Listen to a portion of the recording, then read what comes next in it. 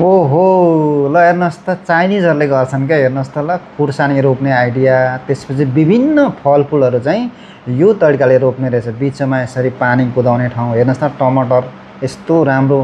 ओहो! टमाटर खेती चाहिँ यो तरिकाले गर्दाखेरि एकदम राम्रो।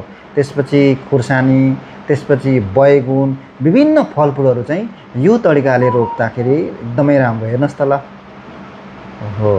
हाम्रो छिमेकी राष्ट्र चाइनामा चाहिँ हरेक कुराहरू चाहिँ सिक्न जरुरी छ। उहाँहरू हरेक कुरामा अगाडि नै हुनुहुन्छ भन्ने चाहिँ यो भिडियोहरूमा पक्कै पनि मजाले देख्न सकिन्छ। ल हेर्नुहोस् त यो।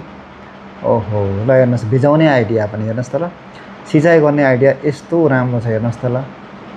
ल उखुले पनि भिजाउनु पर्ने रहेछ। उखुले भिजाउनु पर्छ भन्ने चाहिँ मैले यो भिडियोमा मात्रै देखेँ। तपाईँ हामीले पनि सिक्न जरुरी छ। हेर्नुहोस् त ल। ओहो! मकै ल। जे होस् चाइनामा छ क्या हर चिज आइडिया चाहिँ गोरी खाने आइडिया चाहिँ चाइनामै छ।